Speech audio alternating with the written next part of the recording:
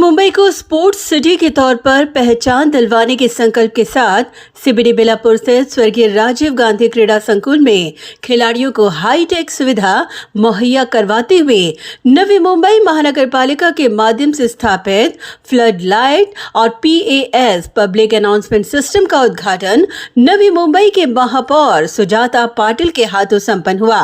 बता दें कि नगर सेवक और आरोग्य समिति सभापति डॉक्टर जयाजी नाथ के अथक प्रयासों के बाद नवी मुंबई महानगर पालिका के माध्यम से खिलाड़ियों को मुहैया करवाई गई इस सुविधा से खिलाड़ियों को अब बड़ी राहत मिलेगी।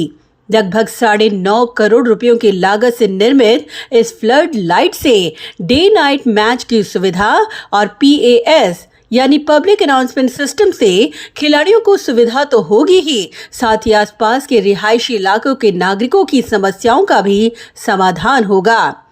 इस मौके पर क्रीड़ा सांस्कृतिक व युवक कल्याण समिति सभापति गिरीश मात्रे, आरोग्य समिति सभापति डॉक्टर जयाजी नाथ, नगर सेवक सूरज पाटिल, समाज सेवक अशोक नरबागी सहित अन्य गणमान्य व्यक्ति, खेल प्रेमी और बड़ी संख्या में नागरिक उपस्थित थे। नवी मुंबई नेटवर्क से बात करते हुए सुजाता पाटिल ने कहा कि इस सुविधा से खिलाड़ियों को एक बड़ी दिलासा मिलेगी। नवी मुंबई महानगरपालिकेच्या भारतरत्न स्वर्गीय राजीव गांधी क्रीडा संकुलामध्ये आज CBD प्रीमियर लीगचं आयोजन करण्यात आलेलं आहे आणि त्याच प्रसंगी लाईट आणि PAS सिस्टमचं ओपनिंग आहे। या सिस्टमच्यामुळे परिसरात इतर ठिकाणी कडचा साऊंड जाणार नाही आणि इतर लोकांना त्याचा त्रास होणार नाही। तसेच लाईट्समुळे डे नाईट स्पर्धाही इथं आयोजित करू शकतात। तरुणांना भर दुपारच्या उन्हापेक्षा संध्याकाळी चांगलं खेळायला इथं मिळेल आणि नक्कीच त्याचा फायदा तरुण वर्गाला होणार है। वहीं डॉक्टर जयाजी नाथ ने कहा कि 10 वर्षों के अथक प्रयासों के बाद उनका संकल्प आज पूरा हुआ है और नगर सेवक बनने के बाद आया ये सबसे पहला और ऐतिहासिक प्रोजेक्ट नवी मुंबई के लिए एक मील का पत्थर बनकर जरूर साबित होगा। या ठिकाणी सलाबतप्रमाणे होत असलेल्या CBD प्रीमियर लीग, त्याचबरोबर या ठिकाणी अनेक वर्षापासून गेल्या 10 वर्षापासून प्रलंबित असलेला या फ्लड लाईटचा कार्यक्रम आज ह्या गेल्या 6 महिन्यापूर्वी नियोजन करण्यात आलं। आज खऱ्या अर्थानं उद्घाटन होत आहे, झालं आणि महापौर साहेबांच्या हस्ते।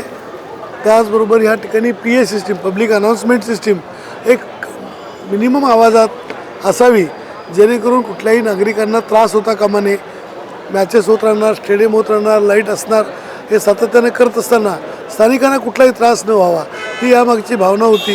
त्यामुळं ह्या मिनिमम साऊंडमध्ये सगळ्यांना ऐकू जाईल आणि व्यवस्थित कार्यक्रम होतील।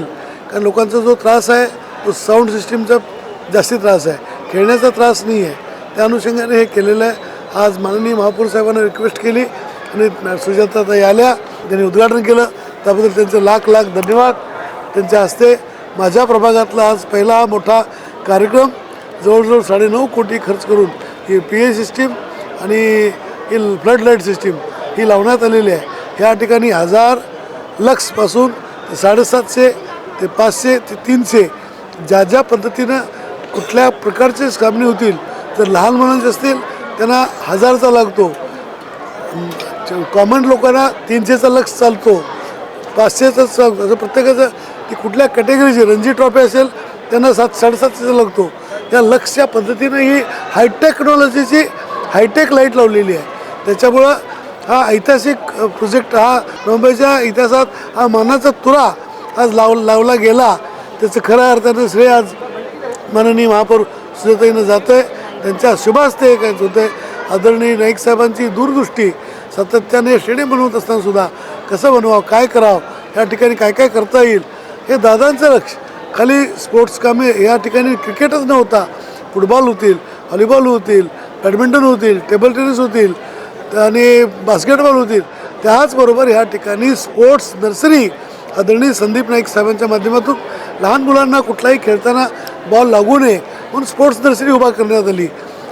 स्पोर्ट्स नर्सरी मंजूर केली, त्या ठिकाणी स्पोर्ट्स नर्सरी झाली आणि मीनवाईल 6 वर्षाच्या काळात महापालिका अस्तित्वात नव्हती, त्यामुळे आमच्या गुरव साहेबांनी ती मोठ्या लोकांना सुद्धा खेळायला दिली ती स्पोर्ट्स नर्सरी। त्याच्यामुळे ते सगळं उखडलं गेलं, थांबवता आलं नाही कोणाला। खरं म्हटलं तर 10, 11, 12 ते 15 वर्षाच्या आतल्या मुलांना खेळण्यासाठी ती स्पोर्ट्स नर्सरी केलेली आहे. त्या ठिकाणी मग क्रिकेट असेल, टेबल टेनिस असेल आणि हॉकी असेल, हे सगळं लहान मुलांना खेळण्यासाठी हे ग्राउंड, हे नर्सरी, जसे शाळेची नर्सरी असते तशी स्पोर्ट्स नर्सरी शिवडीमध्ये उभा केलेली आहे. आज त्याचा टर्फ निघून गेलेला आहे, पण नवीन टर्फचं लवकरच काम होईल असं अभिलाषा म्हात्रेंनी सांगितलेलं आहे. त्या अनुषंगानं हे पुन्हा त्याचं उद्घाटन करायला आदरणीय महापौर मॅडमना बोलवू आणि स्पोर्ट्स नर्सरीचं उद्घाटन पुन्हा चांगल्या पद्धतीने होईल अशी अपेक्षा बाळगतो. Bureau report, Navi Mumbai network.